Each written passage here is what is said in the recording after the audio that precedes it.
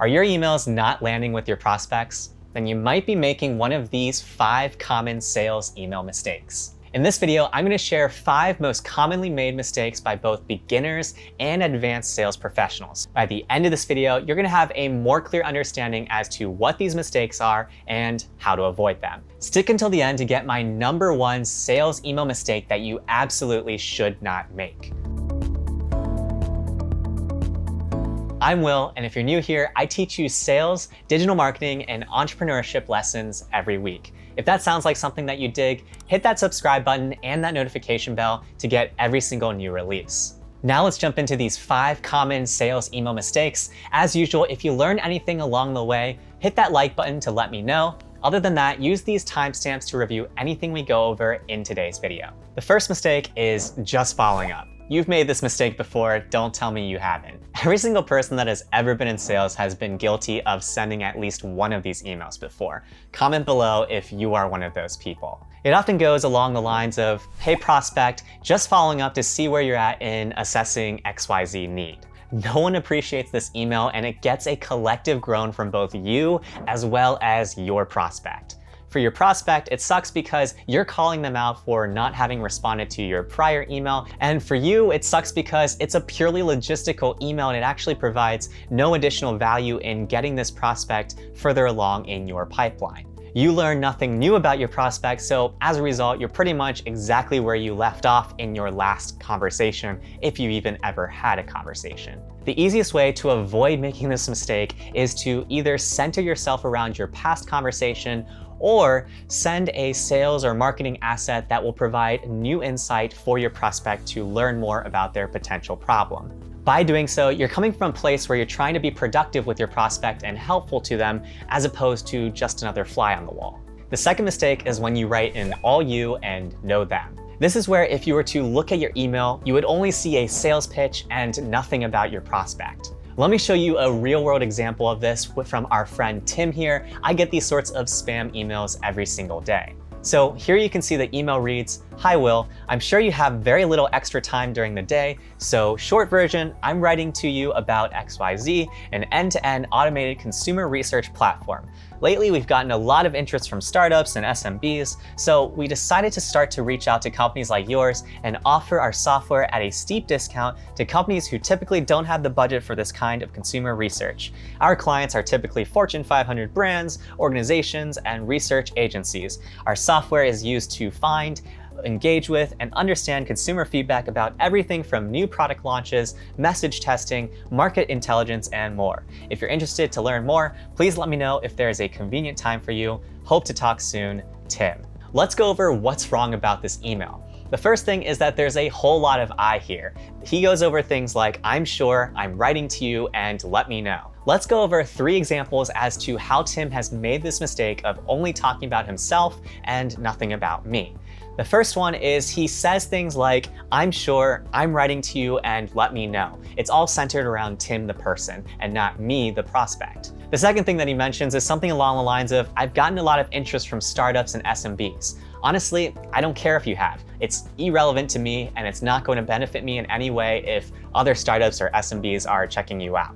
The last mistake that Tim makes is he says something along the lines of, "Our clients are typically Fortune 500 brands." Now, I know what he's trying to do here, which is he's trying to set up social proof that he works with big companies, but if his clients were typically Fortune 500 brands, then he shouldn't be reaching out to me as a SMB. This is an example where the social proof has fallen completely flat. There's a few overarching issues with this email. The first one is that the email is so generic that it's instantly garbage to me. The email is so centered on getting the pitch delivered that it doesn't provide me any value to actually read this email and want to respond to Tim. Oh, also, let's check out Tim's second response.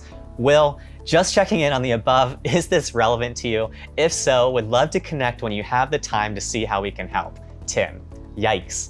That's mistake number 1, like we just went over with the just following up email. The easiest way to fix this mistake is to do a control find on every instance of the word I and try to think about how you can position it to be about you, in other words, you the prospect. By doing so, you're going to put your prospect's needs first above your own, and as a result, they will be more compelled to respond to you. If that last email example was super helpful to you, then you're going to love my next one. But before we get there, if you're finding value out of this video, be sure to hit that like button below to let me know. Moving right along to mistake number 3, which is when you have typos or poor grammar in your sales email. If you want to know the fastest way to somebody's junk box, it is by simply not taking the time to do a spell check or Grammarly check on your sales email. Let me show you an example. This email reads, "Hello sir/ma.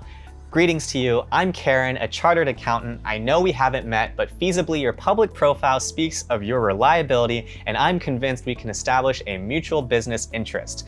Though I understand the need to establish trust and a solid background in any partnership, and I am disposed to take the risk to offer you an opportunity if you would be interested. For more information, please email me on email, yours sincerely, Karen." All right, now that we've made our way through that email, let's go over some of the mistakes that they've made here.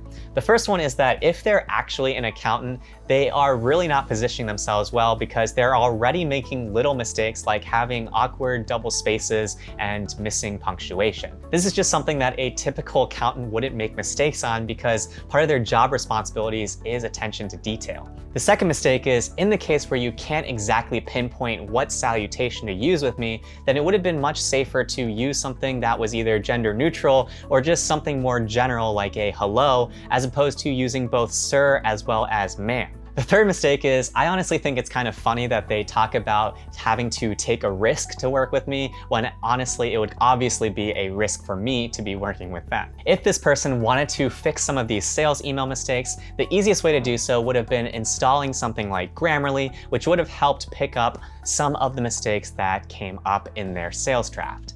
I personally use Grammarly Premium, which includes not only the identification of typos and things like that, but also more critical errors to your writing that might be impacting its ability to be concise and effective. I'll leave a link in the video description below that you can use to sign up for a free account. Doing so will also help the channel. The fourth big mistake that people often make is simply being way too generic. In case you haven't noticed from those 2 examples that I just showed you, they never really gave me a compelling reason to respond. The reason why is because they just focused on making super abstract statements about the value proposition that their product or service was offering. There are 2 things that I want you to keep in mind when you think about this mistake. The first one is, if you're able to replace the company name of the person that you're prospecting with any other company and it still makes sense, then you could probably be way more specific. And the second thing to remember is that if you can replace the person and it still makes sense as well, then it also is probably way too abstract. 2 easy ways to recognize whether or not your email is way too generic is to check whether or not the company that you've put into place in your email template can actually just be replaced by another company's name and the email still makes sense. If so, then you haven't been specific enough. Also, if you can just replace the name of the person with another person and the email still makes sense, then you probably also haven't personalized enough to the particular person you're prospecting. To fix this, you can add some mail merge variables into your email template. This would allow you a space for you to input 1 to 2 personalized or customized sentences that specifically relate to the person and the company that you are trying to prospect. Even though this takes a lot more time, you're gonna notice a significant increase in your conversion rates in terms of people responding to you and being willing to take a discovery meeting with you. All right, it's time for the final mistake. If you've made it so far into this video, be sure to comment below I made it to mistake number 5, and also subscribe for more content like this. Mistake number 5 is not leading with enough value. The easiest way to separate yourself from every other sales email that your prospect gets is by grounding yourself fully in giving value up front. What I mean by this is, let's say that you sell local SEO services. Well, rather than just send a generic bulk message to every single small business in your area, your time might be better spent if you were to write a more targeted campaign to 10 small businesses that are on page 2 of Google and specifically offer 2 to 3 nuggets of value in ways that they could improve their SEO if they were to engage in SEO service. By doing so, you would give them a more compelling reason to connect with you to learn more about how they could potentially get their business more exposure on page 1 of Google. The key takeaway I want you to remember here is you always want to be thinking about how you can be giving value to the other person. After all, you're requesting time with them in most cases for a discovery call, and so you need to give them a reason to show up for that meeting. There are a ton of easy and free ways to do this. It could be as simple as sharing a cool article you read that morning in your industry, or it could be sharing some sort of industry insight or case study that was just released. Or it could just be as simple as recording a 1-minute personalized video that you sent just for that prospect. The difference between amateurs and professionals in sales is that the pros always help their prospects feel like $1,000,000. If you always put your prospects' needs above your own, then you always will come from a place of value, and as a result, you will generate more business and have more fruitful business relationships. If you remember nothing else from today, remember these 2 things. The first one is try to focus on replacing as many of the instances of I with you in your sales copy. When you focus on the needs of your customer, ultimately your needs will then get met. But ultimately, your quota does not matter. What does matter though is whether or not your prospects' needs are getting met. Helping them reach their goals will help you reach your goals. The second big takeaway is to always be leading with value. This is such an easy statement to say, but it honestly takes years to master. It's the reason why we are always prone to sending that just following up email that we went over in the very beginning of this video. Ultimately, you have to always be putting the needs of your prospect above your own. Now it's your turn. Tell me in the comments below, which of these sales mistakes have you made before? If you're looking to be more effective in your sales, check out my Sales Jumpstart Kit in the link in the video description below. It's free, and in it, you're gonna get a ton of additional tips and tricks to what you learned in this video. If you learned something new today, or you just had a good reminder of something you already knew, I'd greatly appreciate if you take a second and hit that like button below. By doing so, you'll help this channel out and get it pushed to more people interested in this sort of content. Also, feel free to share it with anybody that you think might benefit from learning these 5 mistakes that people often make in their sales emails. Lastly, if you haven't already, you're so far into this video that you clearly like this sort of content, so join the community by hitting that subscribe button and that notification bell. By doing so, I'll help take you from 0 to self-starter as we grow your business, get more customers, and hone your business acumen with new videos every single week. That's it for this time though. I'll catch you guys next time when we talk about how to overcome your fear of selling. In the meantime though, check out these videos that YouTube thinks you might like.